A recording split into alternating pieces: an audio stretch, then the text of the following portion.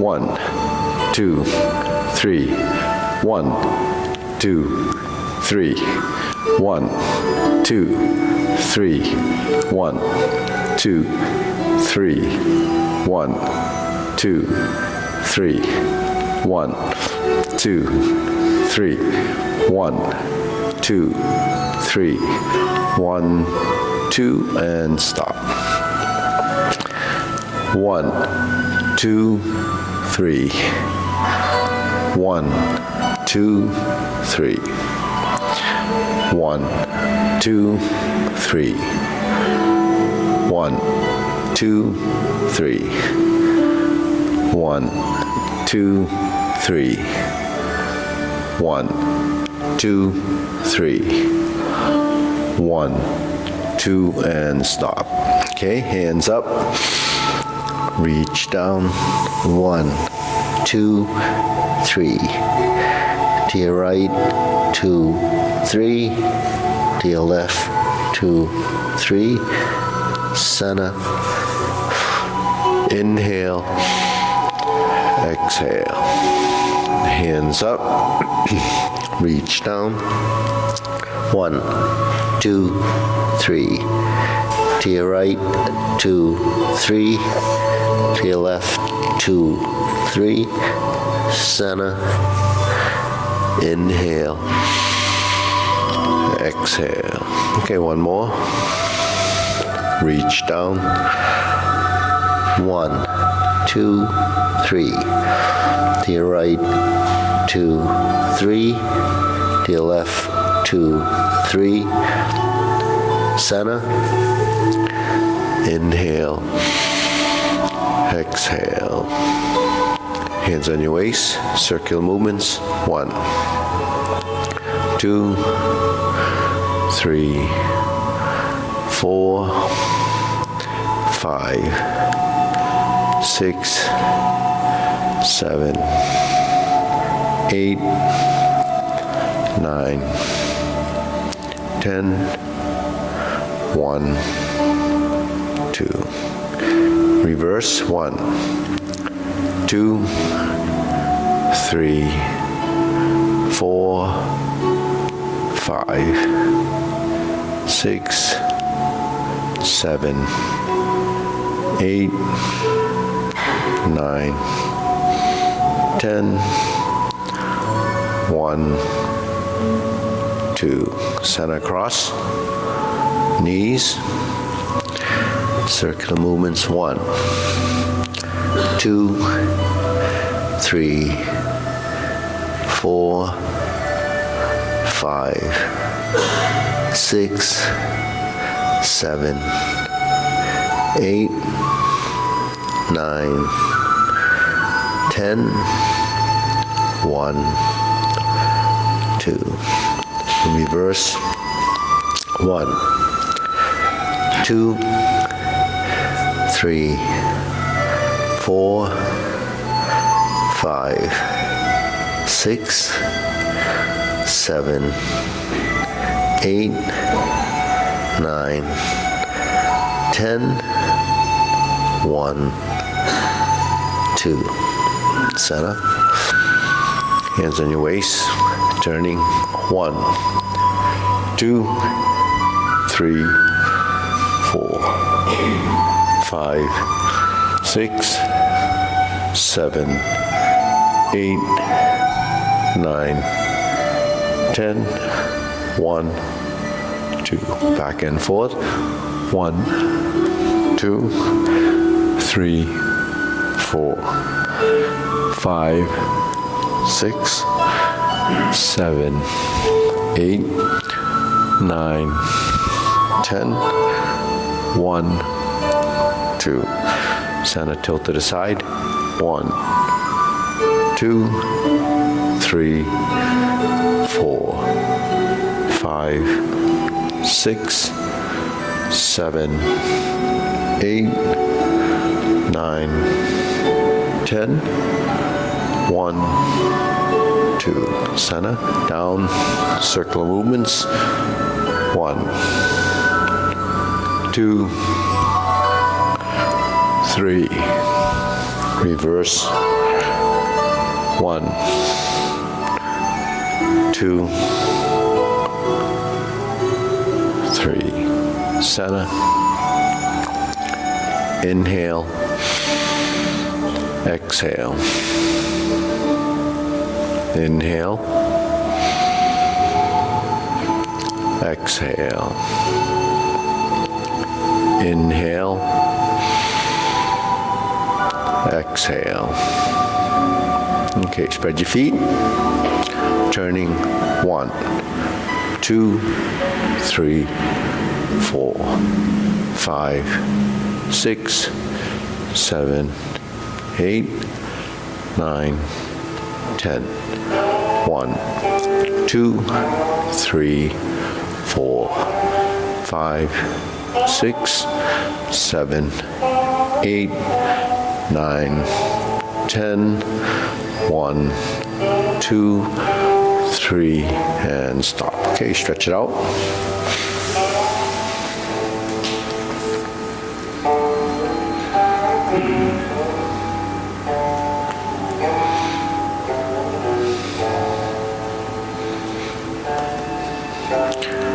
Switch.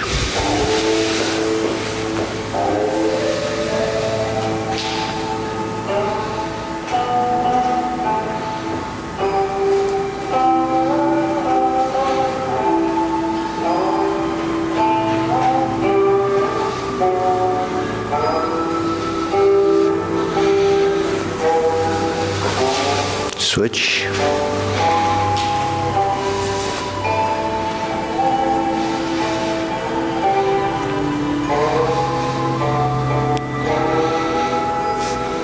Switch.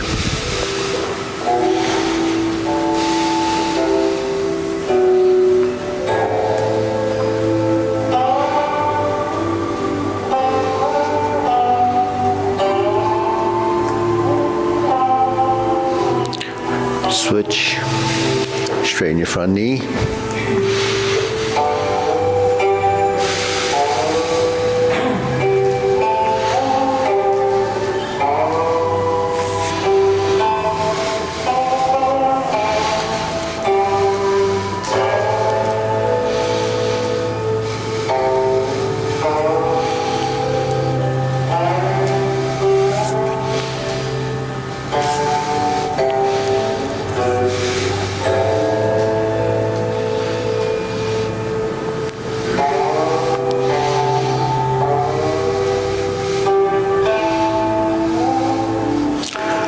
Switch.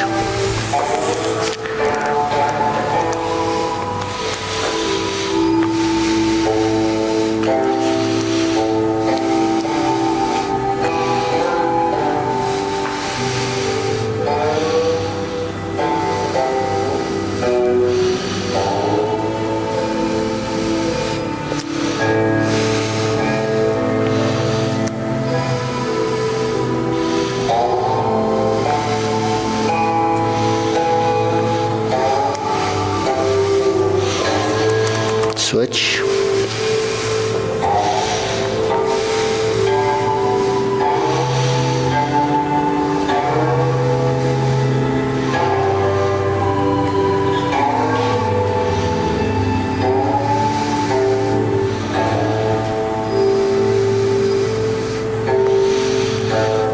Switch.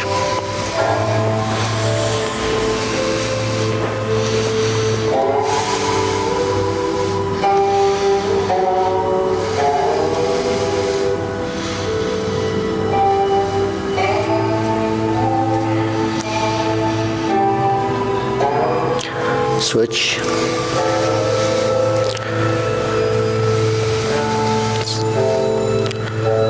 Center.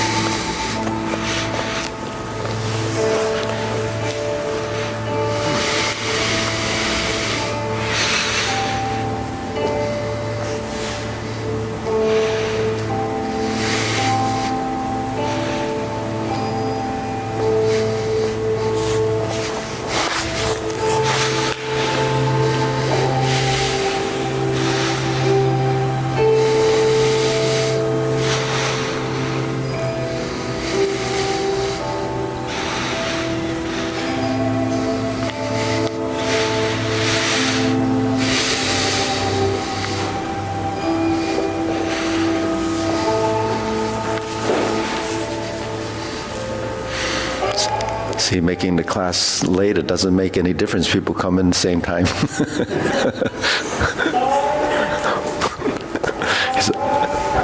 Okay, switch.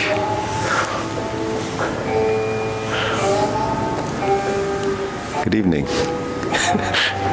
Oh.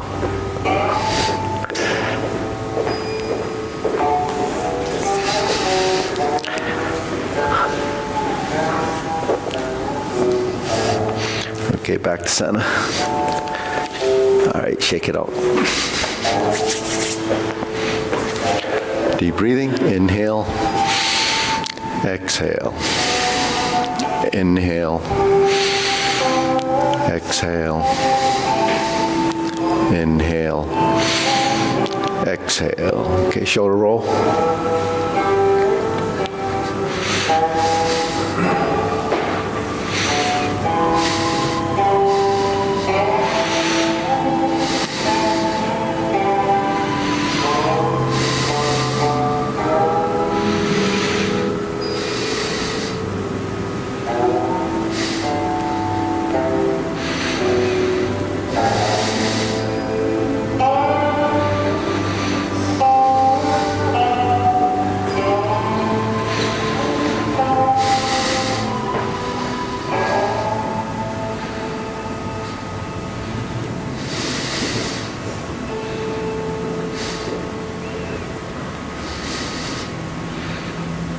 And center, reverse.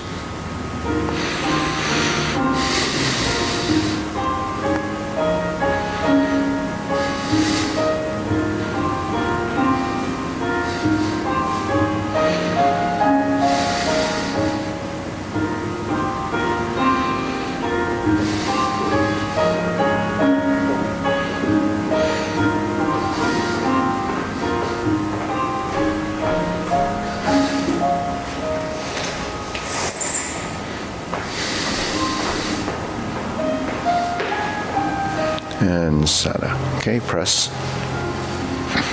Release. Exhale. Inhale.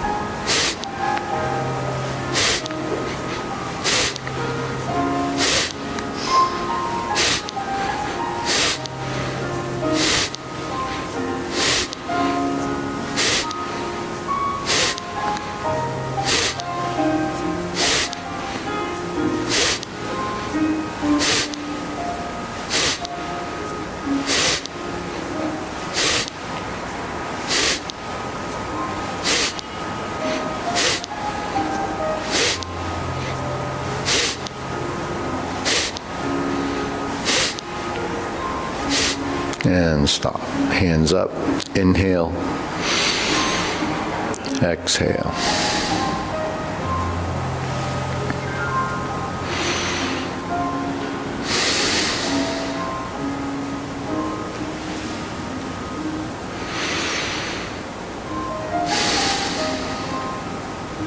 Okay, wrist.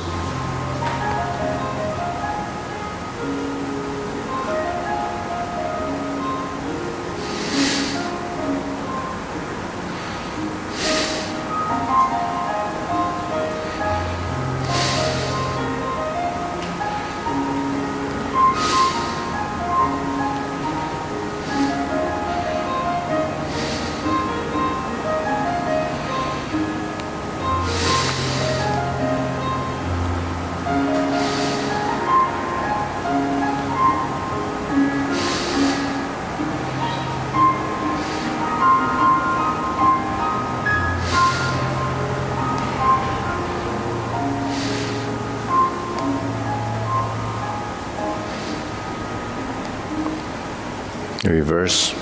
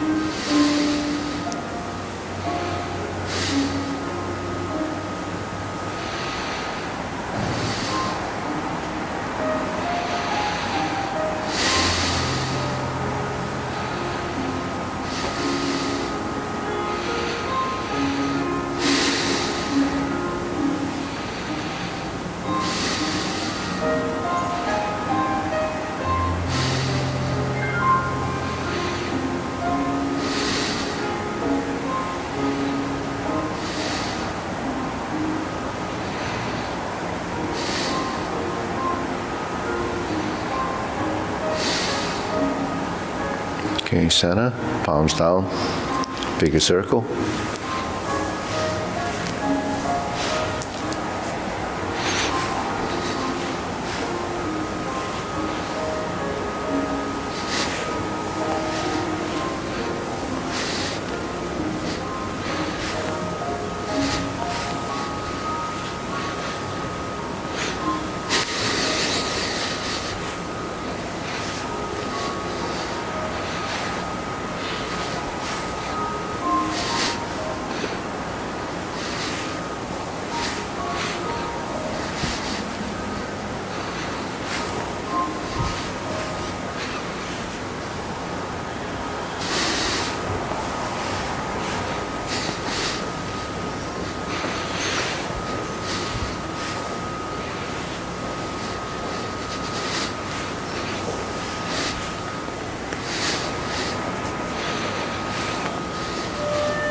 And stop.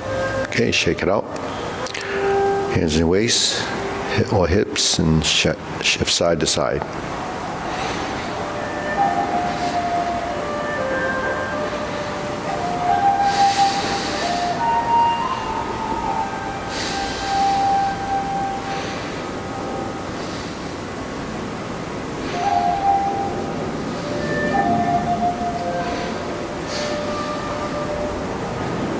Center.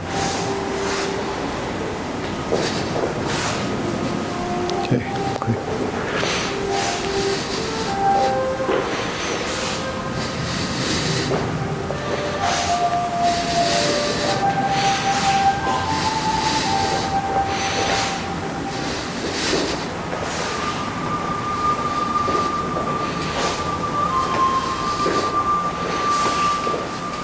Okay, center.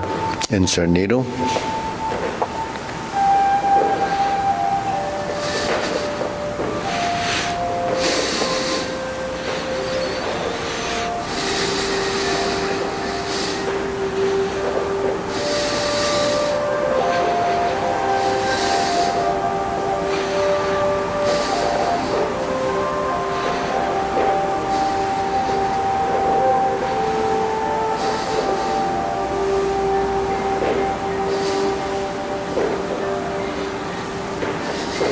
Switch,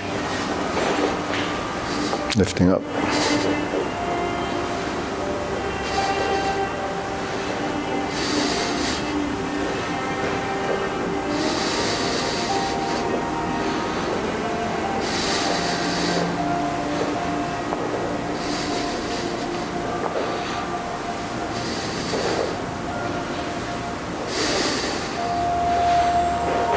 Okay, center. Alternate.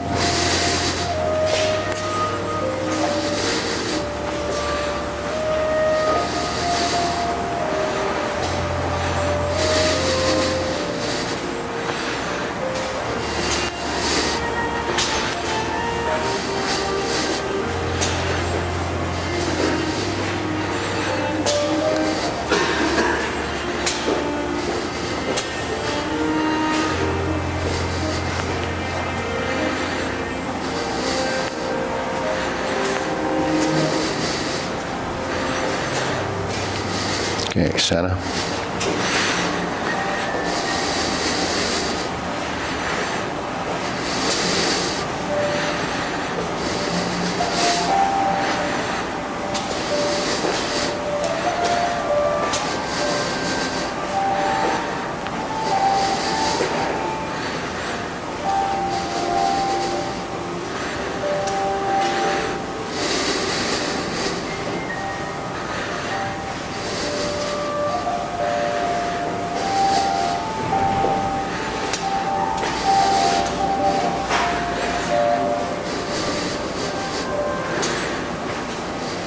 And center.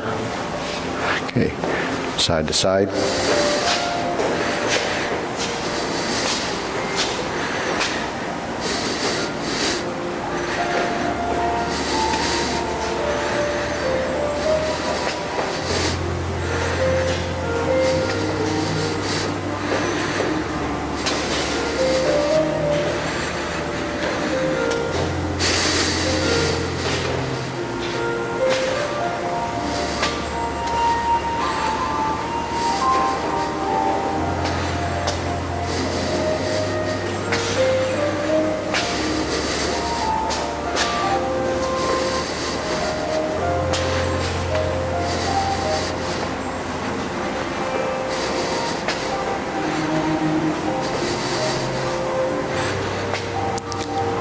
And center.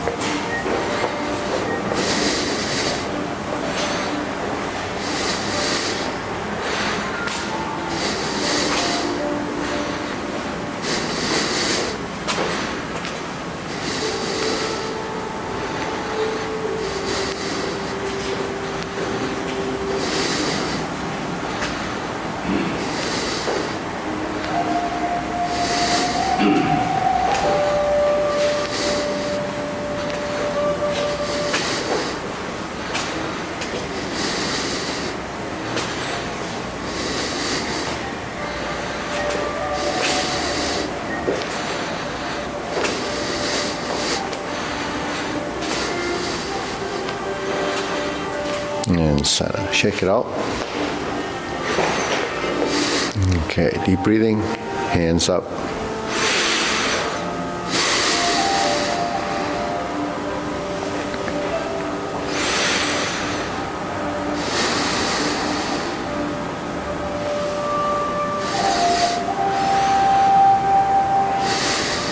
Okay, one more inhale.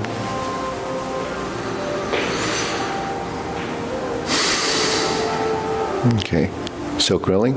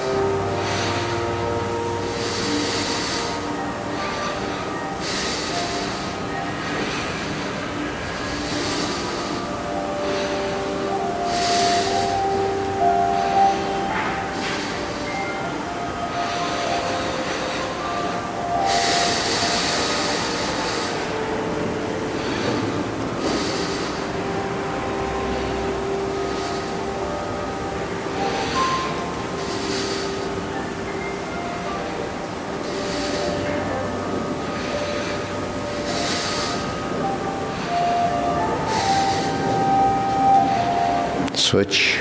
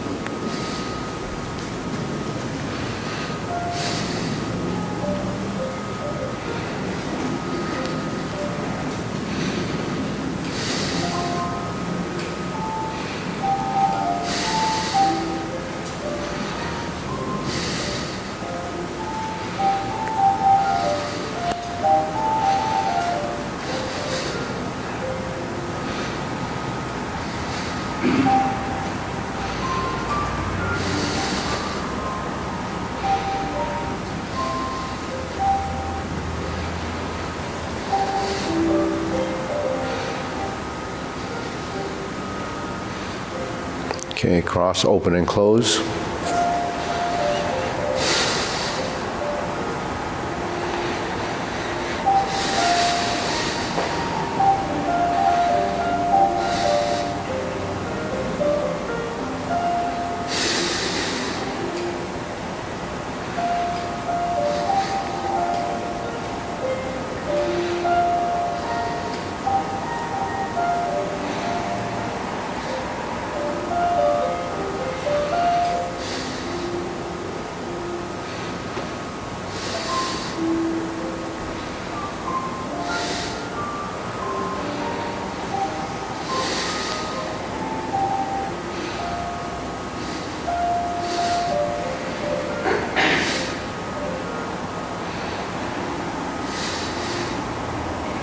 Switch.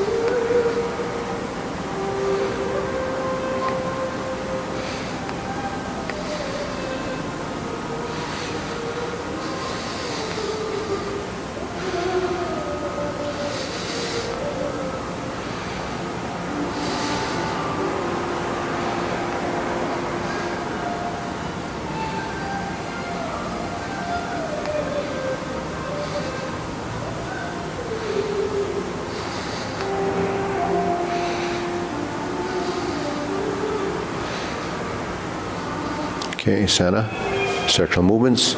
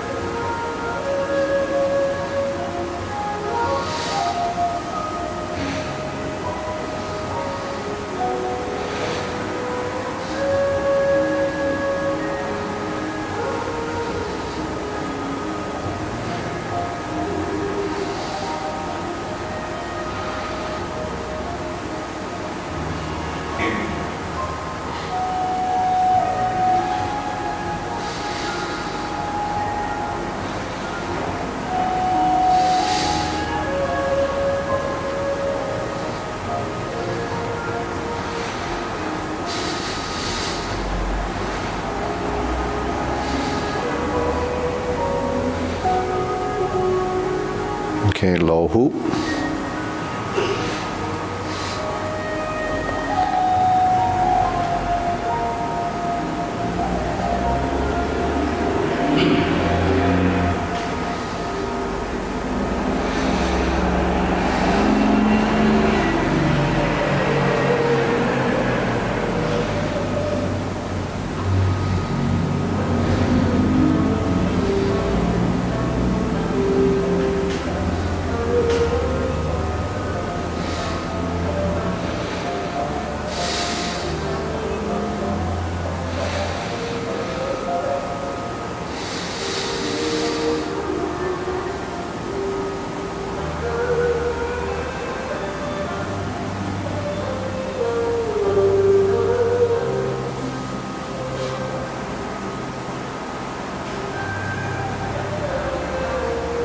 Okay, shoulder height.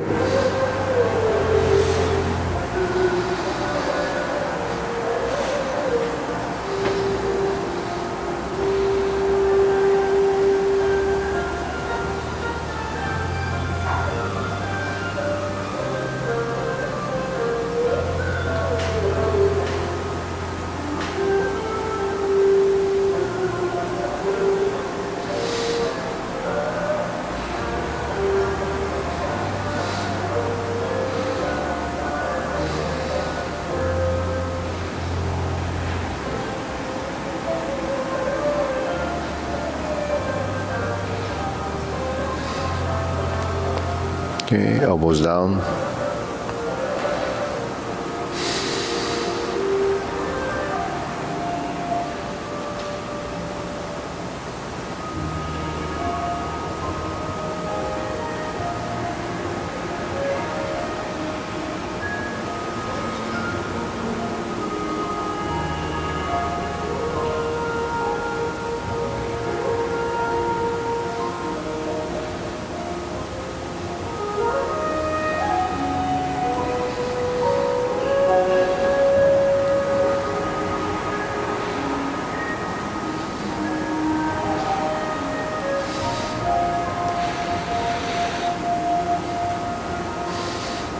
Okay, extend.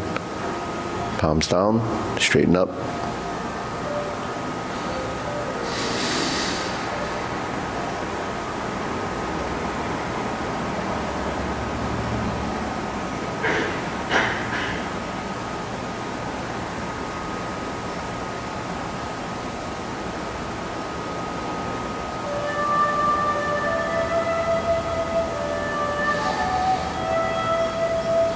Extend.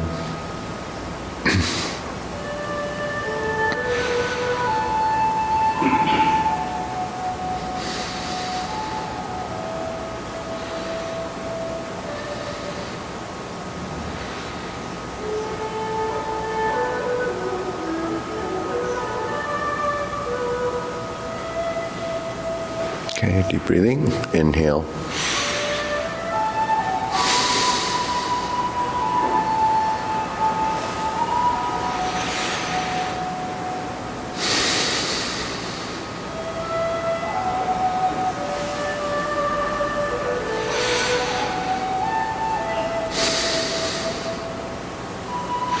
Okay.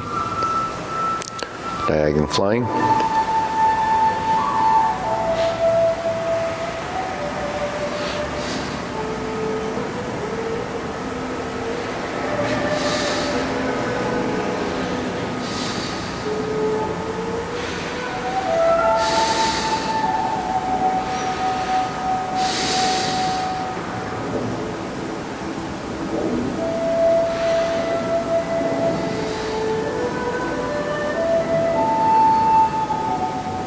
Switch.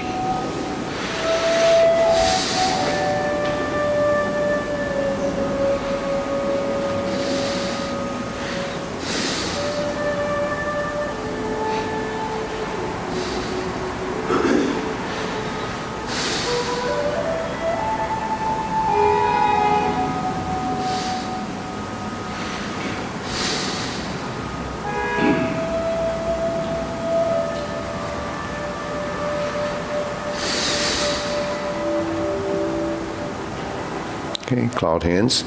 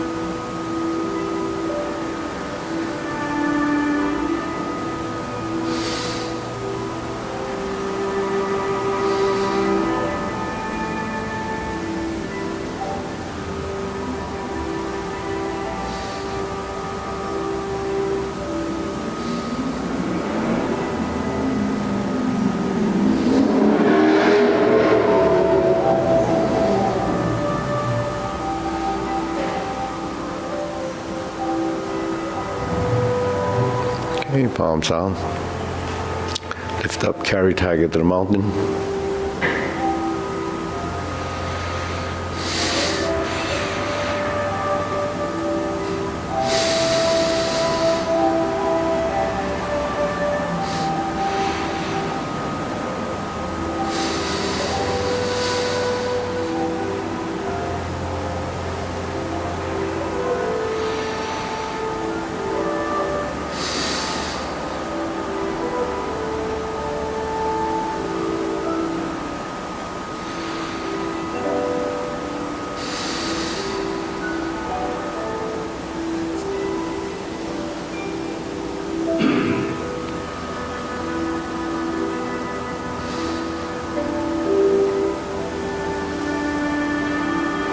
Okay, infinity sign.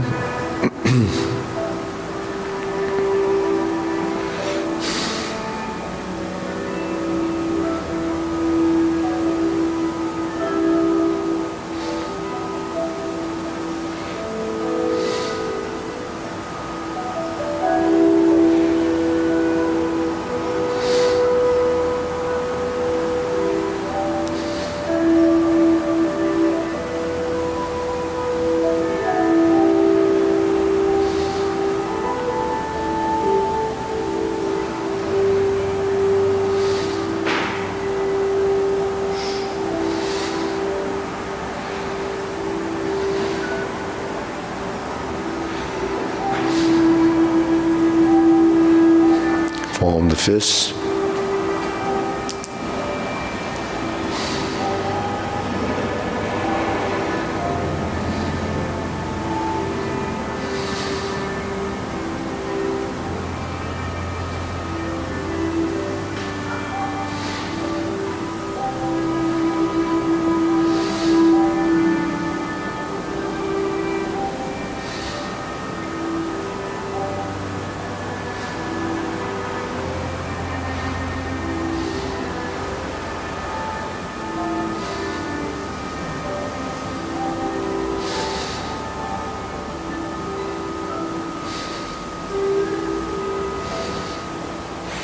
Palms together.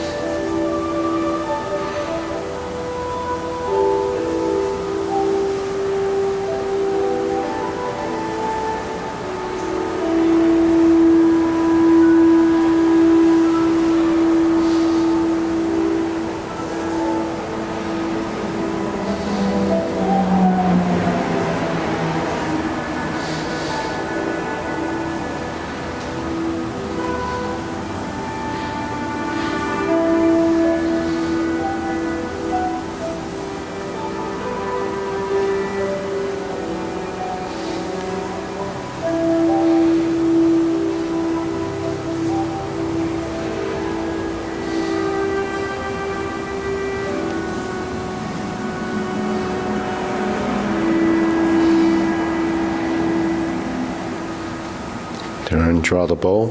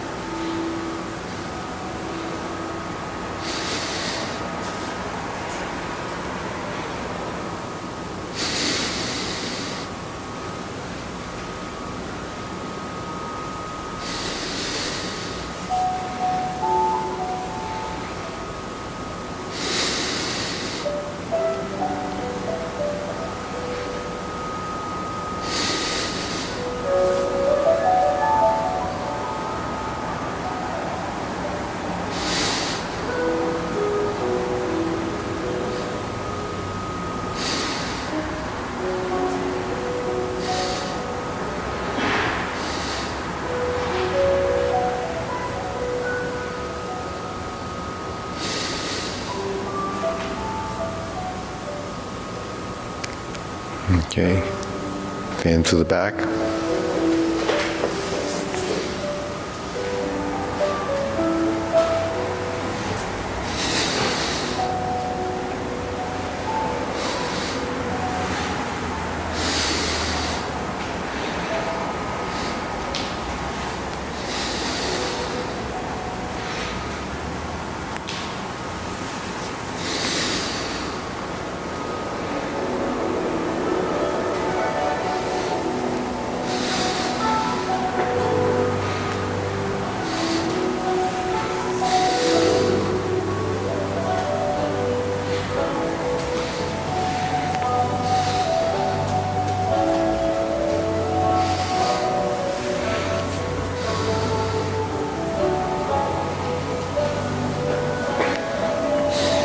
Okay, raise the hand.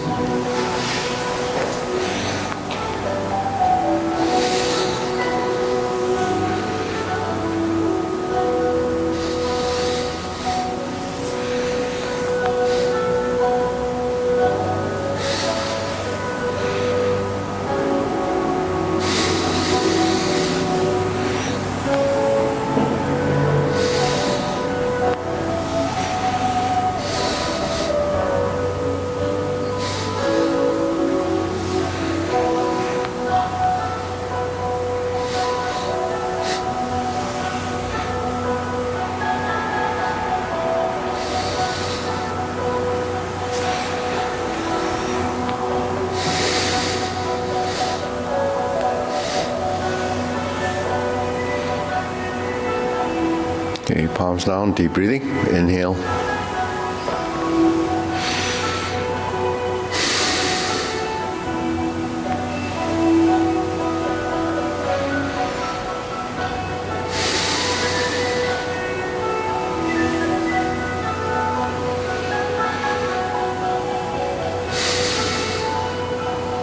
Okay, go through sequence, short form. Ready, preparation.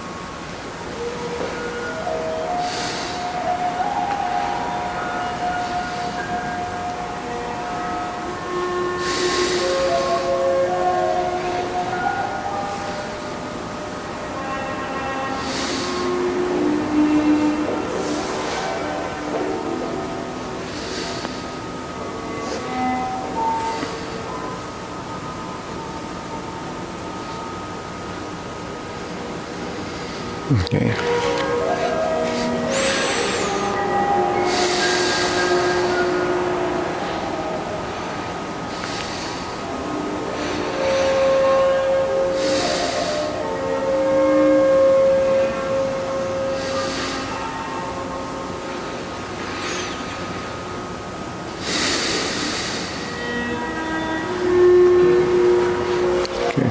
So, how about doing the reverse the ball maneuver, the transition?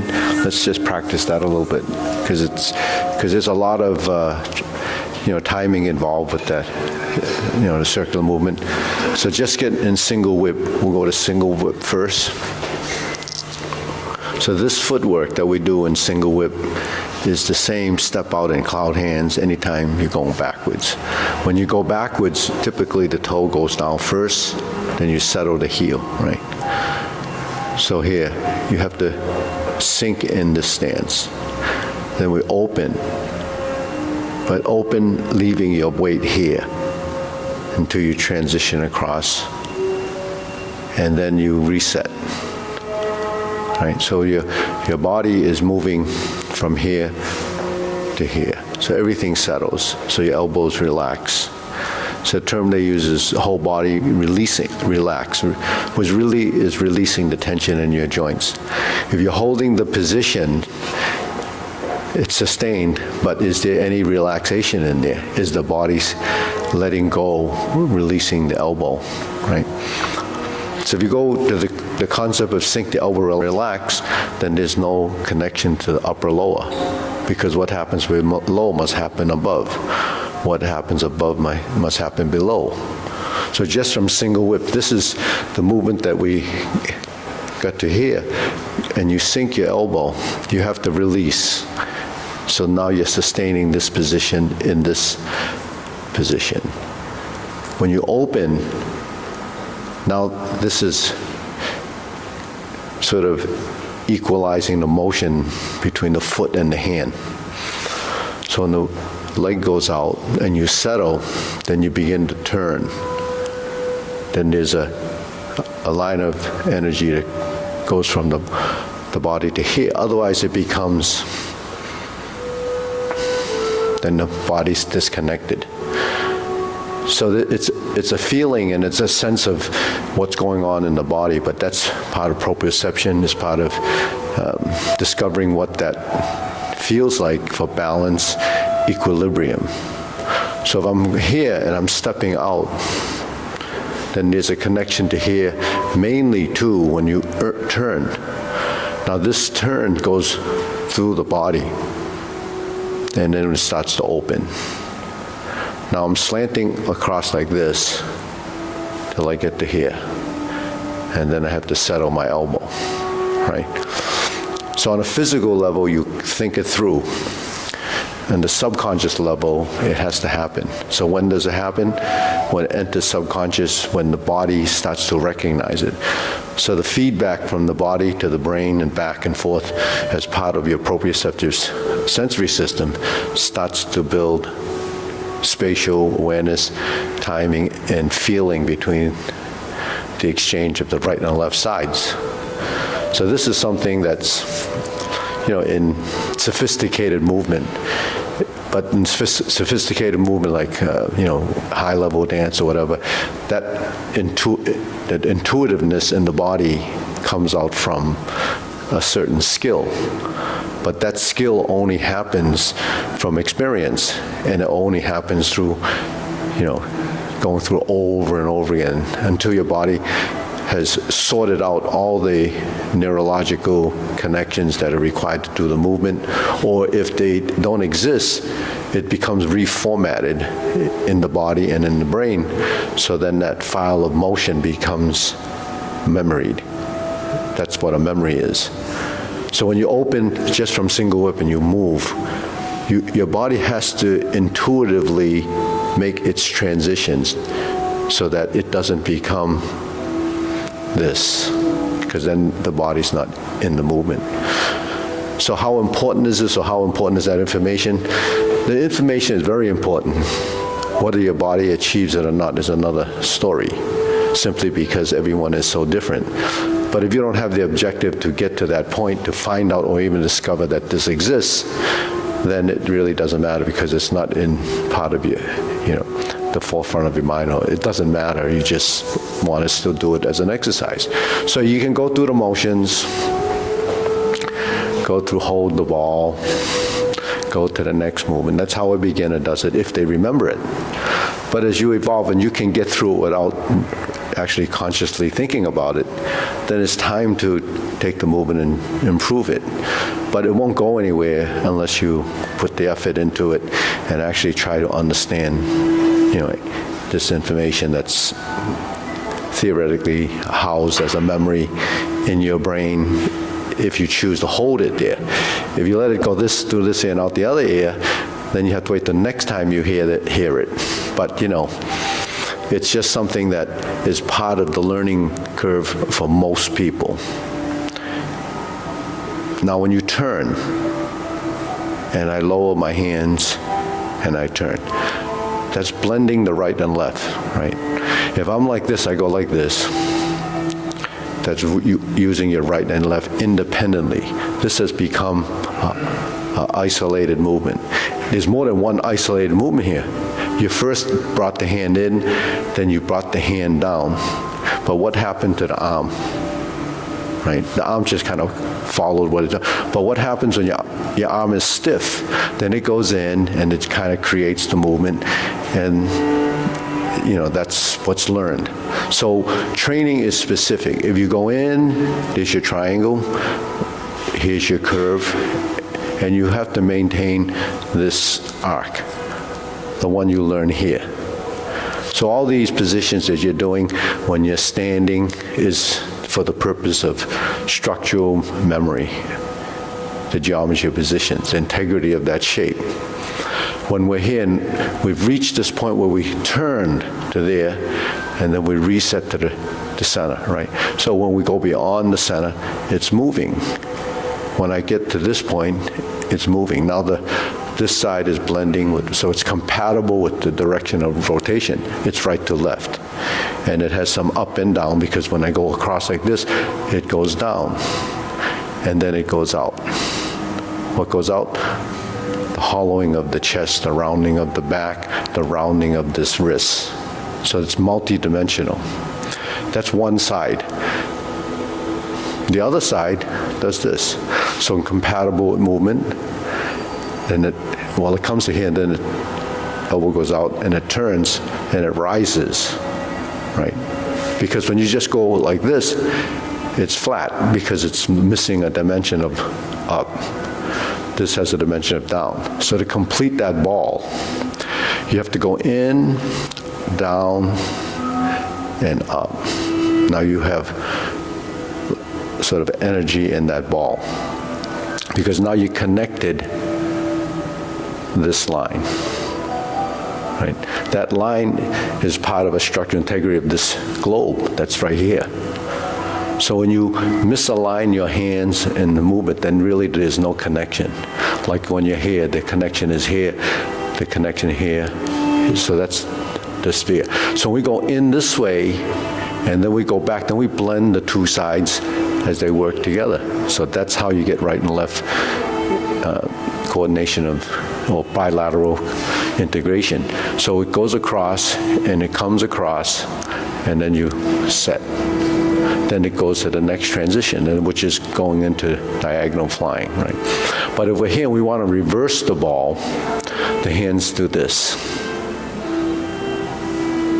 right? But then we have to integrate it with the body as we do this, as we do this, as we do this, to reach this destination. So here you're going in 1, 2, 3. Now the wrist relaxes. And the wrist relaxes. Now you're here. Now we have to pass through vertical. And then you have to change your hands and then recreate the circle here. So there's a dimensional change that goes right to left. So when we're here, 1, 2, 3. 1, it's there. 2, it's here. 3 and 4. So to program that movement into your body, you have to go through it over and over again, because some of it's going to be picked up in the legs, some of it's going to be picked up in the body, some of it's, so that sequencing of movement has to be reconfigured in your movement because now you're introducing a new memory, a new thought, a new approach to that. So that becomes timing. So when you're doing something like this and you want total body movement and you want it to, change and recalibrate, you have to go through it using your mind as a director and the body is a recipient of that information. But then when the body receives it, what does it know to do? It only knows the things that you've built over the period of time through your fundamentals, that these are the little bits of arcs and directional changes that your body has to figure out. So then that becomes part proprioception, spatial awareness, multi-dimensional movement, integration of body. All of these things come in. It's very complicated. That's why it's not something that everyone wants to do. But if you've been doing this and you enjoy doing it and you want it to evolve, that's what it. That's really what Tai Chi or self-cultivation is. It's not just a sport. It's not whatever people think it is. It's really a training for the things that people don't realize happens in the body. Everything moves, because all building that total body motion is a series of events that happen in the body. You have so many parts in the body, each one of those have to become intuitive and intelligent. That's what body intelligence is. So when we're here, we open. So from here, the first line is you have to shift and you have to sink. So when you sink, what's going to be a challenge in the sink? You have to release the hip, the ankle, the knee. This leg has to yield. So everything just settles in. So the conflict will be tension. Then when you open, it's opening, then the thigh starts to rotate. And it's like a stretch. And then the body starts to transition, because weight is transitioning. When the weight is transitioning, because my body in the hips is starting to move laterally. So it moves laterally, but my hand starts to move. But if it moves horizontally, it has to sink. Because if I move horizontally, it's going to be up here. But if you want the line to be from here to here, you have to draw it. So it has to sink till it gets to here. Then when it turns out, that's the reset in the shoulders. And then you turn. Now when you turn, I initiate it from the spine, the hand goes in, and it continues to here. Now this point is that point when we do a standing meditation. So when we're here, it hasn't left my center. And this goes to here. And that hasn't left my center. Because I recreated this. And then you turn, then I'm here.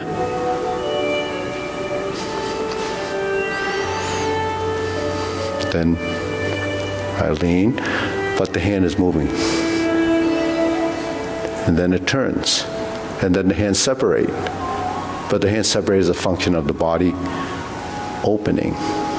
So all the physical stuff that's in your movements has to be removed. Because the physical side is what we learn initially, because that's all the body knows. You see the hand. You see, but that's all you see. You don't see the arm, you don't see the body. Then when you have the arms working, then you see the hand, the upper appendages. Then when you transition, you no longer have those movements in the same, calibration or intensity as this. Because if you're doing this and you're doing this, and then you turn and you twist and it ends up like this, then the hands take over the movement. But the movement should be from the body, from the legs. The hands are directed depending on what the posture is. So that's a single posture that you have to go through this process to understand. So most of this stuff, you see it, because I don't change the movements to teach a beginner, or, I slow it down, but the thing is you have to capture it here, visually. And then you interpret it through the eyes. That's how we learn mirroring. Then once the body learns it through the mirroring, then you have to feed it the information it needs to go through the refinement or the understanding. So that's the process. See, how do you judge how small or how large the step is? What's the spacing? So that's something that you can actually, based on your, physical abilities and anatomy.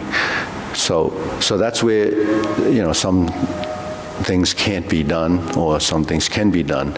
So that's really just part of it. You can, like, modifying your stance, so if you can't squat down, then you don't do those as deep or whatever, because you don't want to do it and get injured.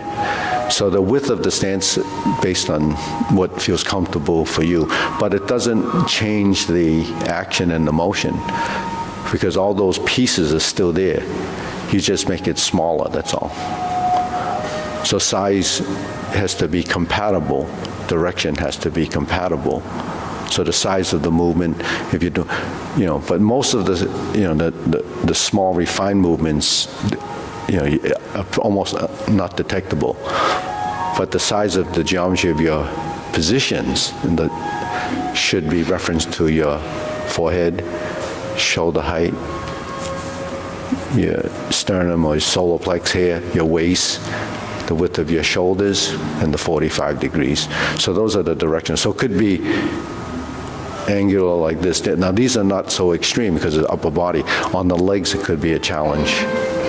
So some people can't get into those stances. And if the hips aren't open enough or they don't close properly, that comes from the building blocks.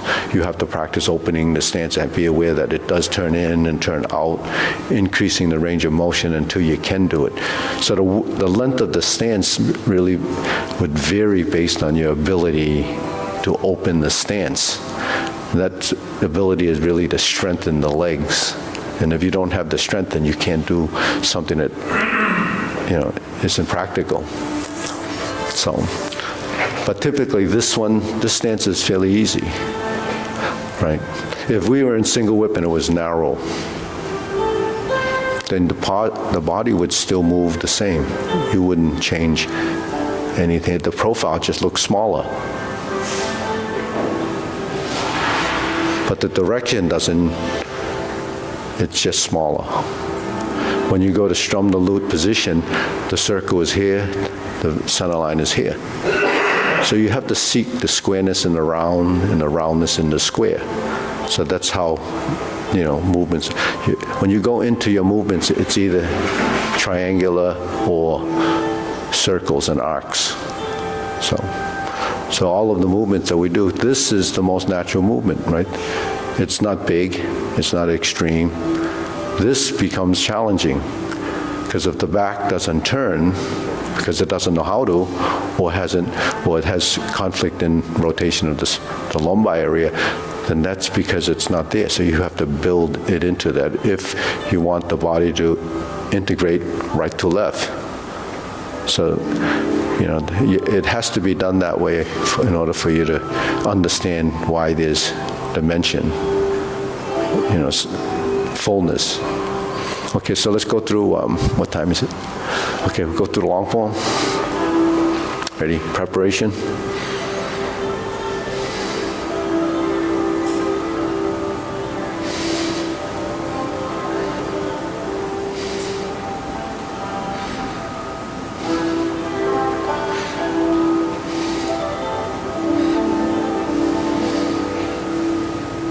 Grass to sparrow's tail.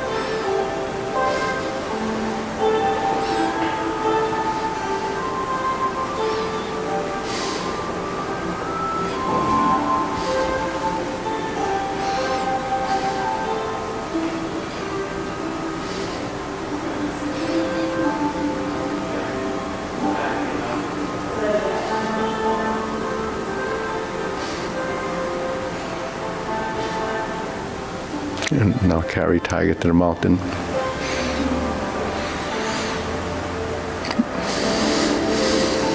Sink the elbows. Relax the shoulders.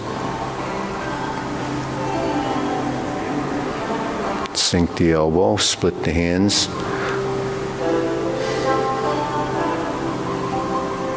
Fold and forward, twist to the left, turn to the right.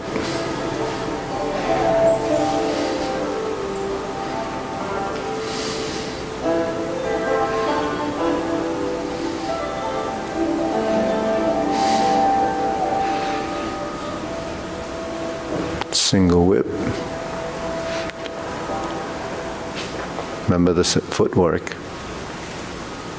Same opening in the stance.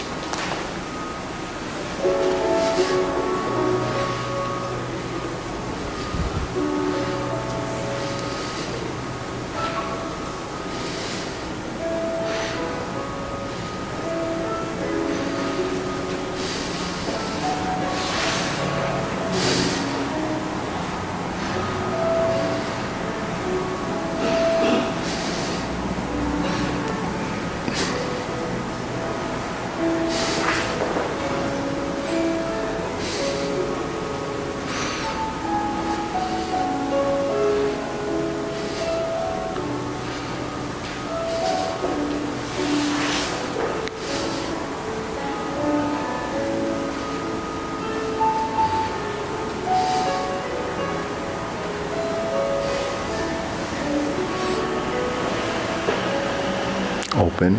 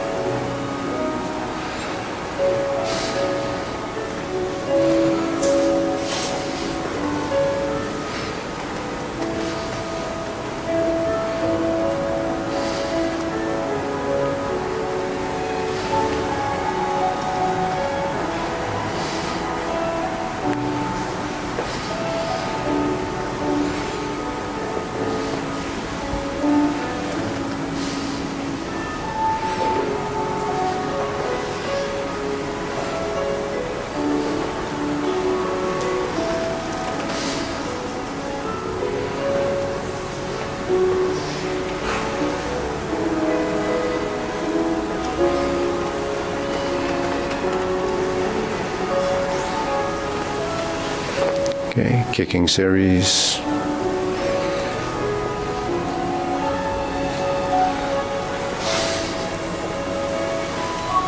Kick.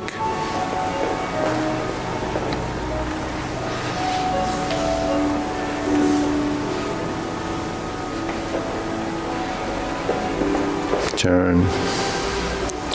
Fold and heel kick.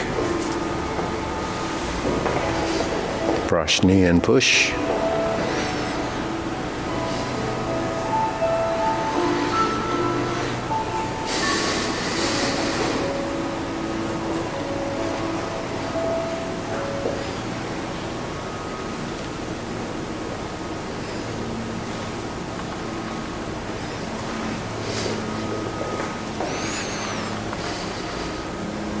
planting punch. Sorry. Turn, parry, and punch.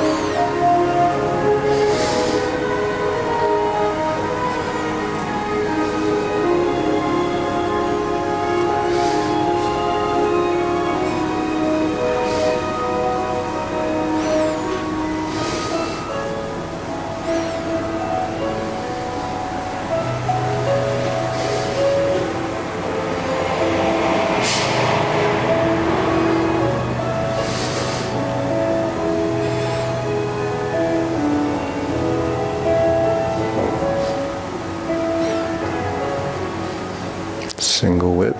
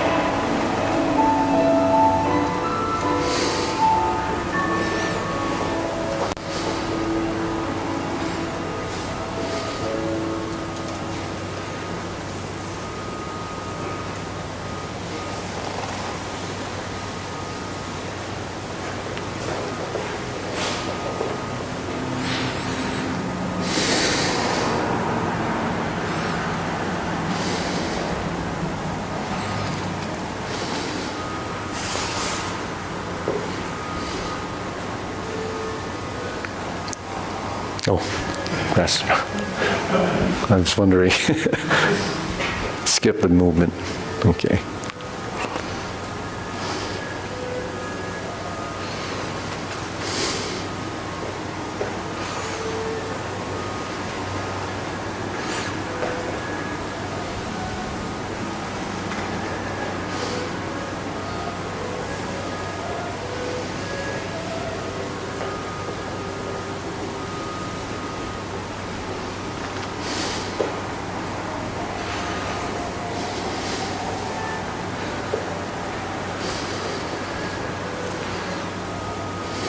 Turn, cover, Snake sticks out tongue. Step up. Golden cockerel.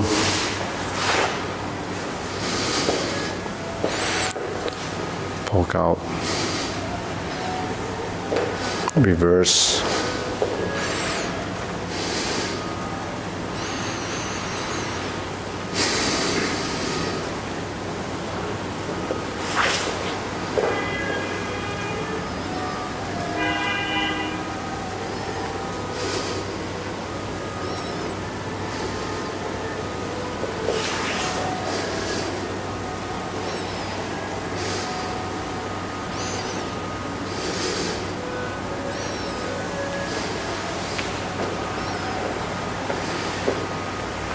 Open the stance. You can go down this way if you're heading that way, or if you're from here going this way. So it's both ways. Depends on where your hips are.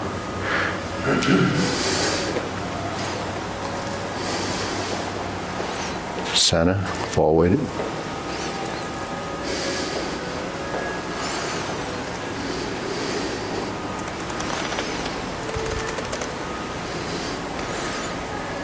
Toe heel, brush knee one time.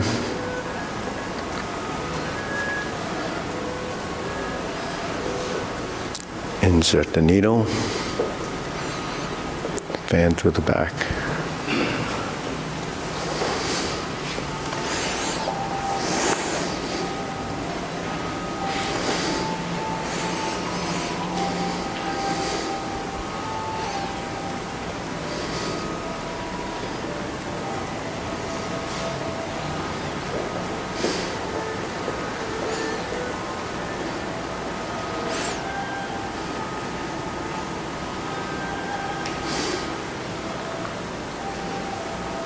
Step up, grasp the sparrow's tail.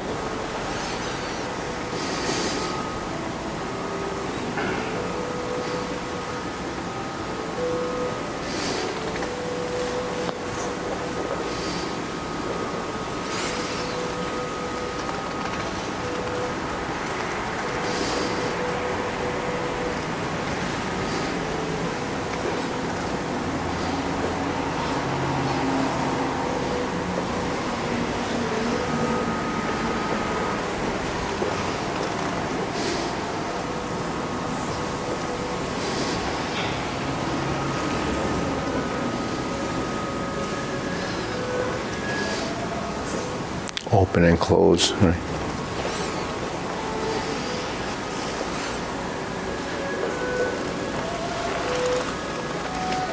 Turn, set up, palm strikes face.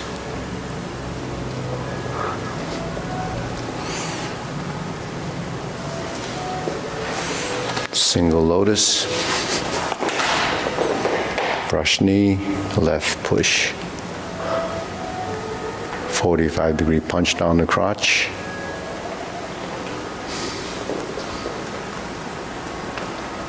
Step up. Grasp the sparrow's tail.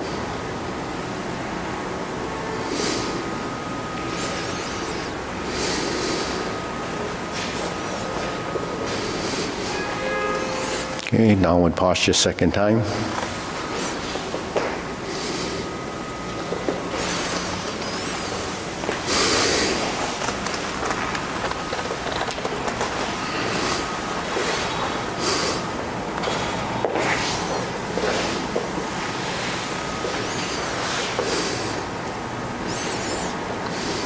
Palm strikes face.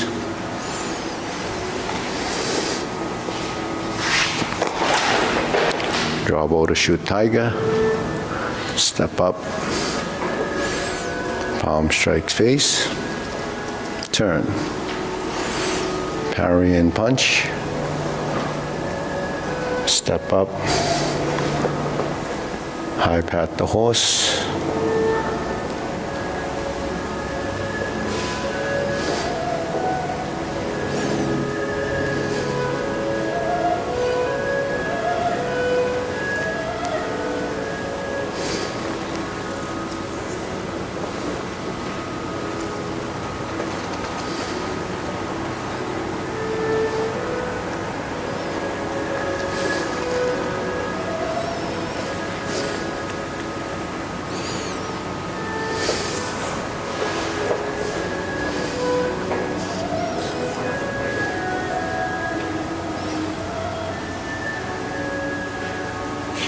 Okay, deep breathing.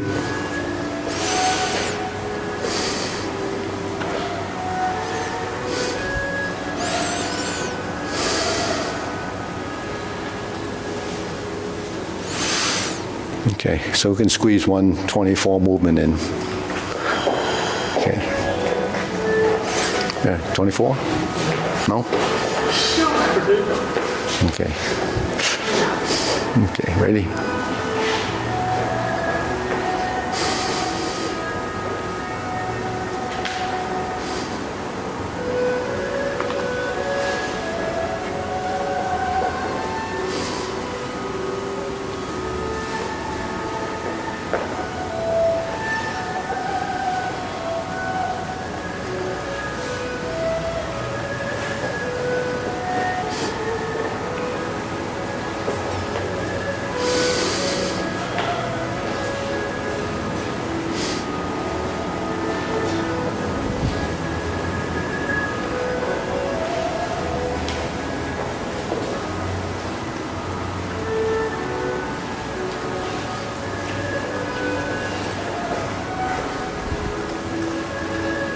Okay, we see allow. Okay. Okay, thank you.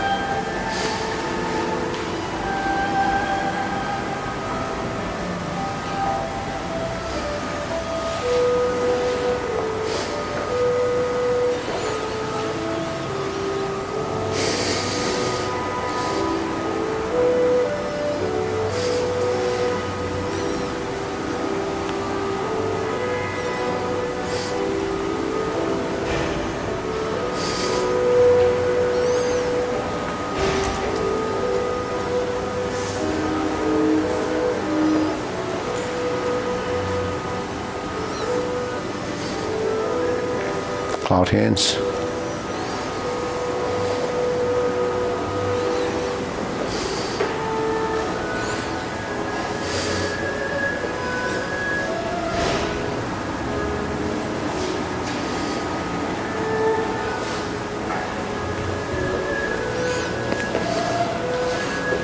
Did we miss something?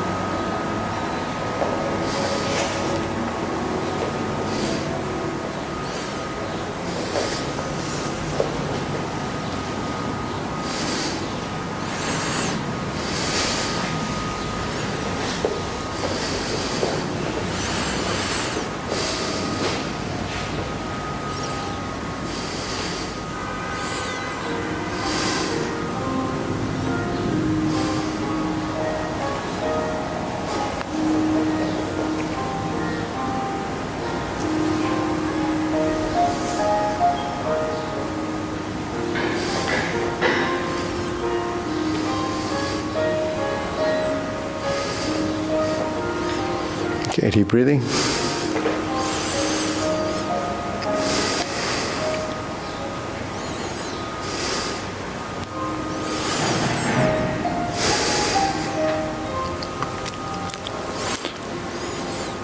So everything comes down to hand, eye, body, waist, and stance.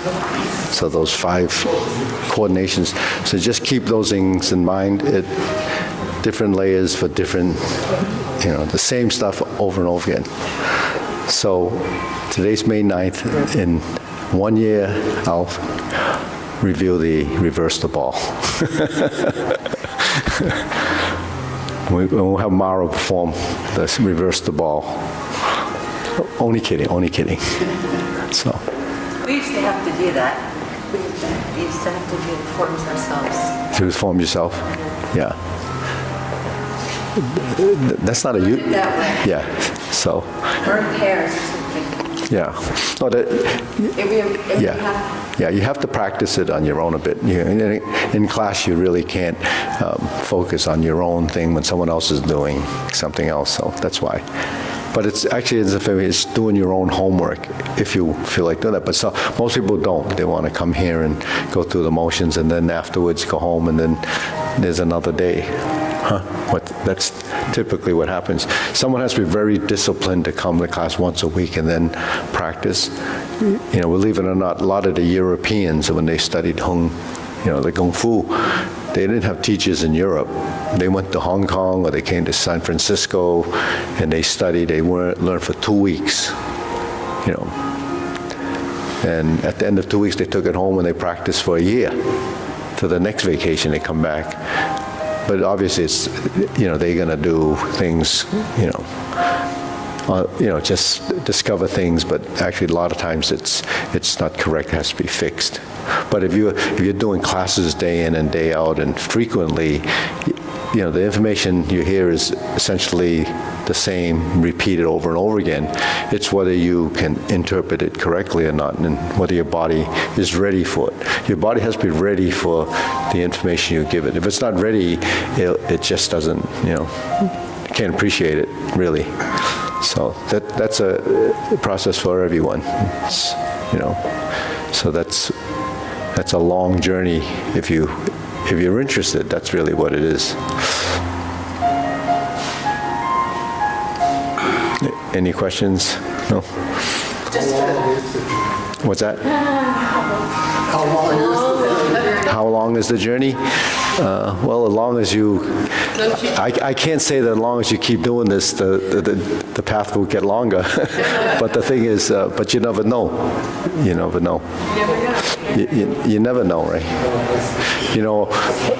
Most people that know me, thought this was my passion, and that I ended up doing this as a career. But it wasn't my passion. It wasn't what I wanted to do. Well, it became it, though. It became it, yeah. Actually, when I was 16, I was at a school. A lawyer asked me if I wanted to open a school. He was going to fund me, GoFundMe. And I said, nah, it's not something I want to do for a living, because I thought I would, go to school and become some kind of professional. So then I decided, so then I just fumbled through, like all kids fumble through life until then I went into business and I did that for 25 years. But during those years, I still did this because I helped my teacher out through all those years. So that's how life goes. The reason why I didn't pursue this, which I went into a business my dad thought I should do, but so I did that. But it's a good thing I did because he passed away when I was 26. So 26 today, kids are 26. They're still trying to find their socks, But the thing is, so you have no choice at that point because you have to survive. So that's one of the reasons. The reason I went into business was because, during those days, I needed a job, I guess. And I was probably like 20, 21.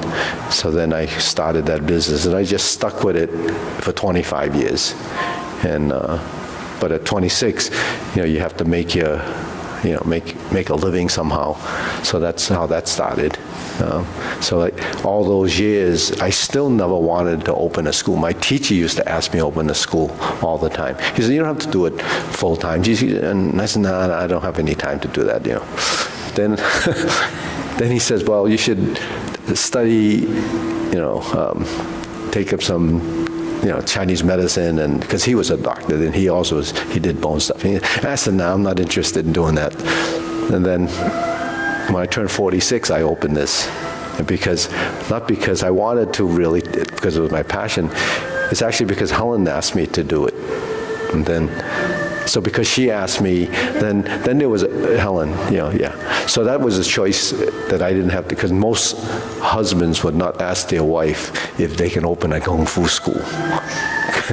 Right? That's like the bottom of the rung on a, so, but because she asked me to do it, I said, oh, okay. But then that's how it all started. So that's, so I'm in my next 25 years now. I'm going on 28 years here. So that's why next year we have to look at the reverse the ball. But yeah, but just speaking of passion and so forth, I heard a professor talking the other day, and he was talking about today's generation of kids and how lost they are, and they, whatever, we know how that's crazy out there now. But he said, that people is always told to do what they are passionate for. But he said that's actually, that's what you hear from people that have passion that is successful. Only successful people tell you it was their passion. But the thing he says, people today should figure out what their talent is.